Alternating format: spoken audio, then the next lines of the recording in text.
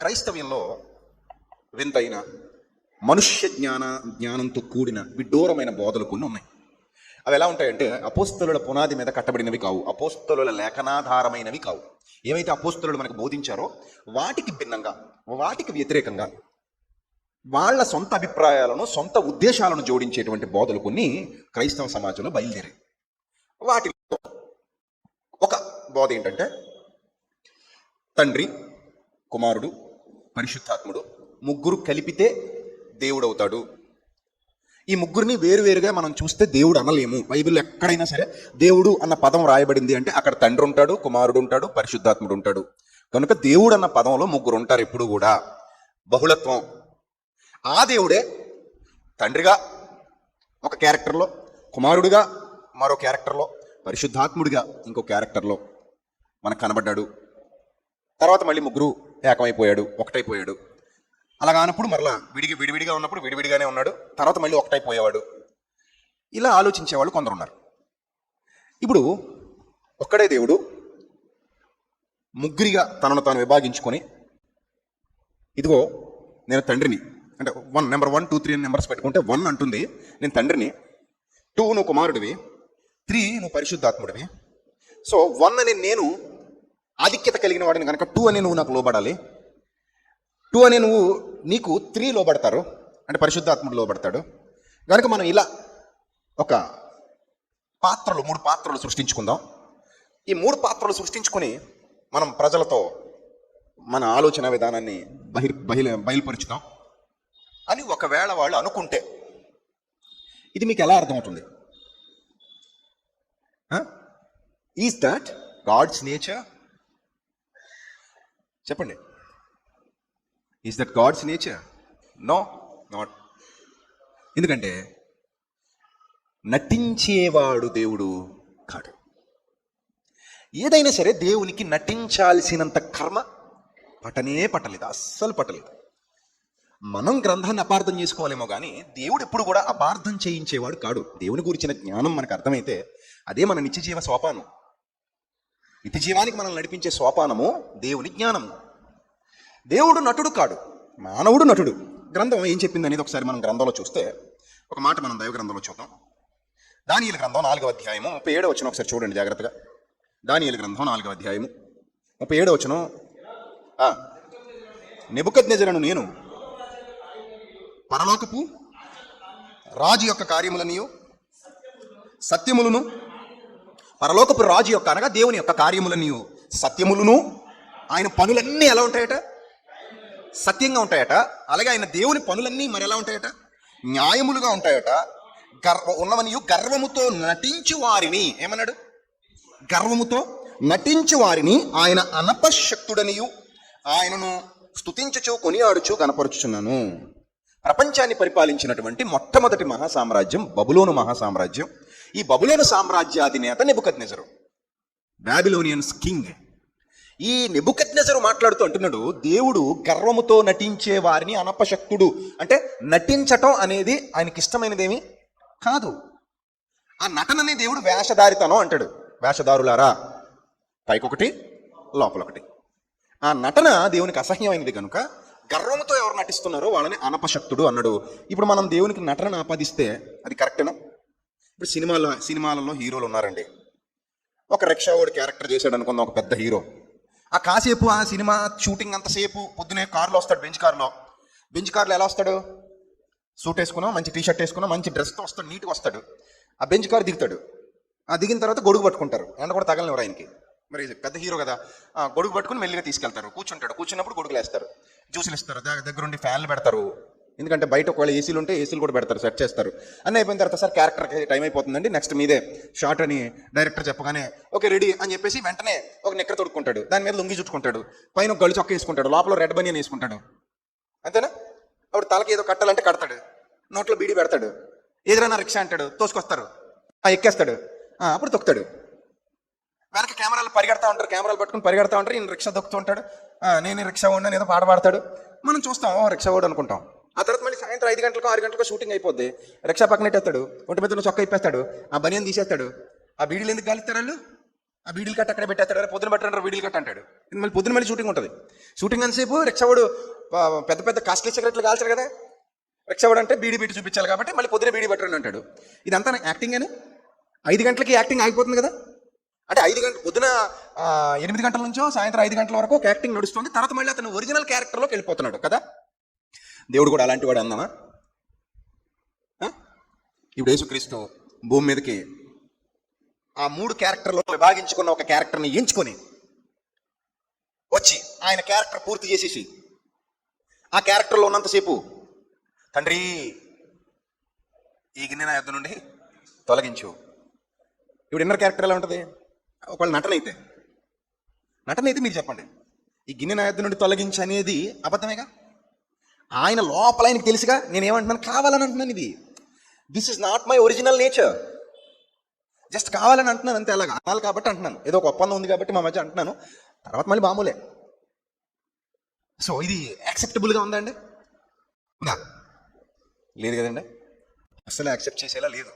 ఇప్పుడు 2 రకాల మనస్తత్వాలు ఉంటేనే మనం ఆ వ్యక్తిని ఏం చేయలేము, అంగీకరించలేము, నమ్మలేము, అసలు నమ్మలేము. మాట తేడా వచ్చింది అనుకోండి, కొంతమంది చూడండి డబల్ మాటలు మాట్లాడుతుంటారు. మన దగ్గర మన మాట, వాళ్ళ దగ్గర వాళ్ళ మాట. అక్కడోలాగా మాట్లాడతారు, ఇక్కడోలా మాట్లాడతారు. అంటే నమ్మం.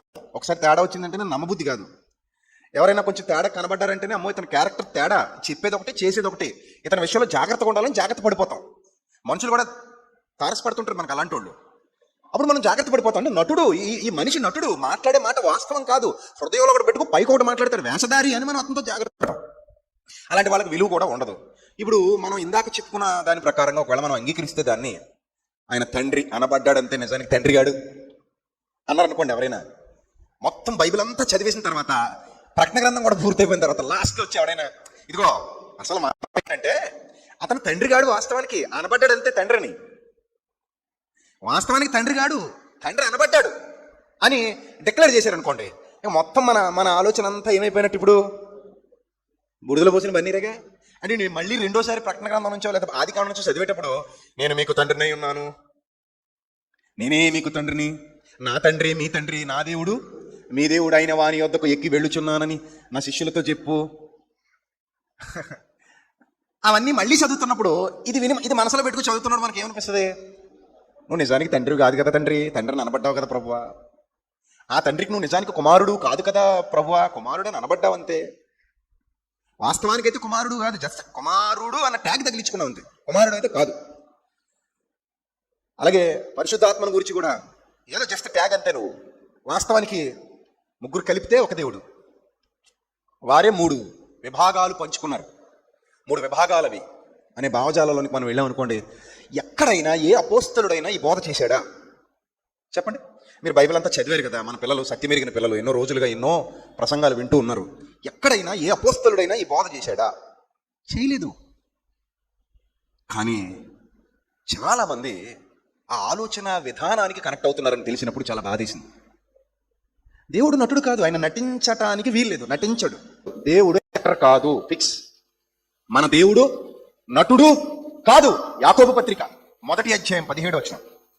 యాకోబు పత్రిక 1వ అధ్యాయము 17వ వచనం జాగ్రత్తగా చూద్దాం. యాకోబు పత్రిక 1వ అధ్యాయము 16-17 వచనం. నా ప్రియ సహోదరులారా మోసపోకుడి, శ్రేష్టమైన ప్రతివియు సంపూర్ణమైన ప్రతివరమును పరసంబంధమైనదై జ్యోతిర్మయుడుగు తండ్రి యొద్ద నుండి వచ్చును. ఆయన యందు, ఏ తండ్రి అయితే యాకోబు ఏ తండ్రి గురించి అయితే పరిశుద్ధాత్మ ప్రేరణతో మాట్లాడుతున్నాడో, ఆ తండ్రి యందు తండ్రి అంటే సుప్రీం తండ్రి అయిన దేవుడు, మన ప్రభువైన యేసుక్రీస్తుకు తండ్రి అయిన దేవుడు అన్నారు అపోస్తలులు. అలాగనే అన్నారు, మన ప్రభువైన యేసుక్రీస్తుకు తండ్రి అయిన దేవుడు స్తుతింపబడును గాక అన్నారు అపోస్తలులు. అలాగే మనం చదువుకుంటున్నాం. మనం పరలోకానికి వెళ్ళిన తర్వాత అదంతా అబద్ధమే, ఏదో అలా రాయించామంతే భూమి మీద ఉన్నప్పుడు. ఆయన నాకేమో తండ్రి కాడు, మేమిద్దరం ఒకటే, ఏదో ఆయన తండ్రి పాత్ర తీసుకున్నాడు, నేనేమో కొడుకు పాత్ర తీసుకున్నాను అంతే అన్నాడు అనుకోండి. పరలోకం పోయిన తర్వాత మనం ఏమంటాం? ఆ ఇంపాక్ట్ అంతా పోద్ది. ప్రభువా అలా కనుక ప్రభు, నేను అలా నిన్ను అర్థం చేసుకోలేను ప్రభు, అదేంటి ప్రభు, నేను అలా నమ్మలేదు ప్రభు. అంటే నా విశ్వాసం నీ దగ్గరికి వచ్చిన తర్వాత ఏమైపోయింది? మార్చుకోవాలి ప్రభు. ఇప్పుడు నా విశ్వాసానికి గలంత అయిపోయింది అయితే నా విశ్వాసం. ఎందుకంటే నేను తండ్రిని, నువ్వు ఏ తండ్రిని అయితే తండ్రి అన్నావు, నేను ఆ తండ్రిని తండ్రి అన్నాను ప్రభు. నువ్వు ఏ తండ్రికి అయితే కుమారుణ్ణి అన్నావో, ఆ తండ్రికి నిన్ను బట్టి నేను కూడా కుమారుడని అయ్యానని విశ్వసించాను ప్రభువా. నా తండ్రి, నా దేవుడు, మీ దేవుడు అని ఏ తండ్రికైతే నేను లోబడుతున్నానని నువ్వు చెప్పావో, ఆ తండ్రిని నీ ద్వారానే నేను మహింపరిచాను, నీ ద్వారా ఆ తండ్రి యొద్దకు చేరతానని నేను నమ్మాను ప్రభువా. ఇప్పుడు ఏంటి ప్రభు ఇక్కడికి వచ్చాక ఇలా చేసావేంటి ప్రభా అంటే, ఇన్నాళ్ళు నువ్వు చెప్పిన అబద్ధాలనే ప్రభువా, మీరు కేవలం అనబడిన వారే తప్ప అవి నిజాలు కాదా ప్రభువా, ఇదంతా ఒక స్క్రిప్ట్లో భాగమా ప్రభువా, అదేంటి ప్రభువా నా విశ్వాసాన్ని ఇలా చేసేసావు అని అంటావా నవా? అలా అనిపించుకుంటాడా మన తండ్రి, మన దేవుడు, మన ప్రభు, మన రక్షకుడు? నీతో ప్రశ్నింపజేసుకునేంతటి చిన్నవాడు మన దేవుడు, చంచలత్వము కలిగిన వాడు కాడు. తండ్రిగా అక్కడ కాసేపు యాక్ట్ చేసి, కుమారుడుగా భూమి మీదకి వచ్చి ఇక్కడ కాసేపు యాక్ట్ చేసి, మళ్ళీ వెళ్ళిపోయి డ్రెస్ మార్చుకొచ్చి పరిశుద్ధాత్ముడిగా యాక్ట్ చేసి, అసలు ఆయన లైఫ్లో యాక్టింగ్లు అనేవి ఉండవు. తండ్రి తండ్రే, కుమారుడు కుమారుడే, స్వయంగా ఉనికి కలిగి ఉన్నాడు కుమారుడుగా, స్వయం ప్రతిపత్తి అంటారు దాన్ని. పరిశుద్ధాత్ముడు పరిశుద్ధాత్ముడే. ఒక బెస్ట్ ఎగ్జాంపుల్ మనం చూస్తే ప్రియులరా, మత్తయి సువార్త 23:9 చూడండి. మత్తయి సువార్త 23:9. మత్తయి సువార్త 23:9. మరియు భూమి మీద ఎవరికైనాను తండ్రి అని పేరు పెట్టవద్దు, ఒక్కడే మీ తండ్రి, ఆయన పరలోకమందు ఉన్నాడు. ఈయన ఎక్కడున్నాడు అప్పుడు ఈ మాట చెప్పేటప్పుడు ఈయన ఎక్కడున్నాడు? భూమి మీద ఉన్నాడు. ఆయన ఎక్కడున్నాడని చెప్తున్నాడు? భూమి మీద ఉండి పరలోకమందు ఉన్నాడు అని చెప్తున్నాడు. కానీ లేకుండా ఉన్నాడు అని చెప్తే ఈయన ఏమవుతాడు? అబద్ధికుడు అవుతాడు. ఈయనే 2 చోట్లుండి అలా చెప్పినా కూడా ఏమవుతాడు? అబద్ధికుడే అవుతాడు. నేనే అక్కడ తండ్రిగా ఉన్నాను, ఇక్కడేమో కుమారుడిగా ఉన్నాను. ఆయన నటుడు కాడు, అర్థమవుతుందా? ఆయన ఎక్కడ నటించలేదు, ఎక్కడ ఉన్నది ఉన్నట్టు చంచలత్వం లేదట. మళ్ళీ చదువు యాకోబు పత్రికలో, అది ఫుల్ఫిల్ చేద్దాం. ఏమండి ఇక్కడ ఏం చెప్తున్నాడు? ఆయన మనకి తండ్రి, ఆయన మన తండ్రి. ఏమండి ఆయన పరలోకమందు ఉన్నాడని చెప్పాడు. అలాగే యోహాను సువార్త 8:16 కూడా ఒకసారి చదువుదాం. యోహాను సువార్త 8:16 ఒకసారి చదువుదాం. యోహాను సువార్త 8:16 నేను ఒక్కడనే ఉండక నేనును నన్ను పంపిన తండ్రి కూడా ఉన్నాము గనుక నేను తీర్పు తీర్చినాను, నా తీర్పు సత్యమే. నేను ఒక్కడనే ఉండక నేనును నన్ను పంపిన తండ్రి కూడా ఉన్నాము గనుక. ఉన్నాము బహువచనం, ఉన్నాను ఏకవచనం, ఉన్నాము బహువచనం. ఉన్నాము గనుక ఆయనేమో పరలోకంలో ఉన్నాడు, నేనేమో భూమి మీద ఉన్నాను. అది యాక్టింగ్ కాదు, రియల్. అందుకే ఎంత క్లియర్గా ఆ యాకోబు పత్రికలో ఆయన యందు చంచలత్వమైనను గమనాగమనముల వలన కలుగు ఏ ఛాయ అయినను లేదు. గమనాగమనముల వలన కలుగు ఛాయ అంటే నీడ. అంటే దీన్ని ఎలా అర్థం చేసుకోవాలంటే, నేను ఇలా ఉన్నప్పుడు ఒకలాంటి నీడ పడుతుంది, ఇలా ఉన్నప్పుడు మరోలాంటి నీడ పడుతుంది, అంతే కదా. నేను ఇటు తిరిగితే ఒకలాంటి నీడ పడుతుంది, ఇటు తిరిగితే ఒకలాంటి నీడ పడుతుంది. గమనంలో ఉండగా ఛాయ మారిపోతుంది, ఛాయారూపం మారిపోద్ది. గమనంలో ఉండగా ఛాయారూపం మారిపోద్ది. అంటే క్షణానికి ఒకసారి మనం గమనంలో ఉండగా ఛాయారూపం ఏమైపోద్ది? మారిపోతుంది. సూర్యుడు వచ్చాడండి, నీడ ఎప్పుడు ఒకలా ఉంటుంది. సూర్యుడు దిశ మార్చుకునే కొలది నీడ దిశ కూడా ఏం చేస్తుంది? మార్చుకుంటుంది. దేవుడు అలాంటి వాడు కాడు అని చెప్పడం కోసం ఇంత బెస్ట్ ఎగ్జాంపుల్, ఇంత అద్భుతమైన పద ప్రయోగం చేశాడు ఇక్కడ భక్తుడు. అని మీరు చాలాసార్లు చదివి ఉండొచ్చు, ఆ మాట మీకు అర్థం కాకపోయి ఉండొచ్చు. గమనముల వలన కలుగు ఏ ఛాయ అయినను ఆయనలో లేదు. అలాంటి క్యారెక్టర్ దేవుల్లో లేదన్నాడు, అంతే. దాన్ని మనం గట్టిగా నమ్మాలి.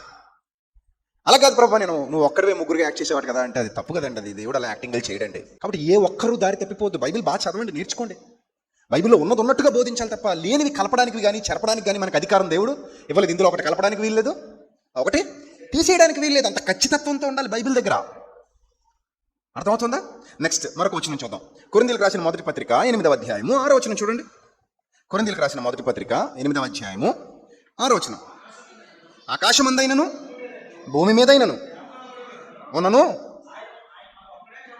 మనకు ఒక్కడే దేవుడు ఉన్నాడు, ఆయనే తండ్రి. చూసారా? ఆయన నుండి ఏం కలిగిందట? సమస్తము కలిగెను. ఆయనే ఒక్కడే అన్న పదాన్ని గట్టిగా ఆలోచించండి. తండ్రులు ఎంతమంది అట?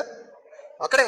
కానీ ఈ మధ్యకాలంలో 2 యెహోవాలు, 3 యెహోవాలు, దౌర్భాగ్యపు బోధలు. మీరు అనుకోవచ్చు, అన్న మరి అలా బోధించేవాళ్ళు ఇది వరకు మీతో పాటు వేదికల మీద కనబడ్డారన్న, మీ ముందు ప్రసంగాలు ఇచ్చారన్న వాళ్ళకంటే అఫ్కోర్స్ ఇచ్చి ఉండొచ్చు, కానీ ఇప్పుడు ఇవ్వట్లేదు. సో గుర్తుపెట్టుకోండి, ఆ దుర్బోధన నేనే ఖండిస్తున్నాను. కాబట్టి అన్న ఇది వరకు మరి మీ సెమినార్లో పలానా వ్యక్తి కనబడ్డాడు, ఆయన 3 యెహోవాలు అంటున్నాడు, 2 యెహోవాలు అంటున్నాడు అంటే తీసి అవతల పడేయండి. నేనే చెప్తున్నాను కదా, అవకాశం ఇచ్చింది నేనైతే, ఇప్పుడు నేనే చెప్తున్నాను అది తప్పు బోధ అని. కాబట్టి దాన్ని బట్టి మీరు డిసైడ్ అయిపోండి, అంతే. అర్థమవుతుందా? దుర్బోధ. 2 యెహోవాలు 3 యెహోవాలు బైబిల్లో లేరు, తండ్రి ఒక్కడే. అర్థమైందా? ఇప్పుడు నల్లనివన్నీ నీళ్ళు కాదు, తెల్లనివన్నీ పాలు కాదు అన్నట్టు మనిషిని చూడగానే ఈ మనిషి మంచోడు, ఈ మనిషి చెడ్డోడని మనం చెప్పలేంగా. కొన్నాళ్ళకి తెలుస్తుంది ఈ మనిషి కరెక్ట్ కాదని, అప్పుడు ఆ మనిషిని మనం పక్కన పెడతాం.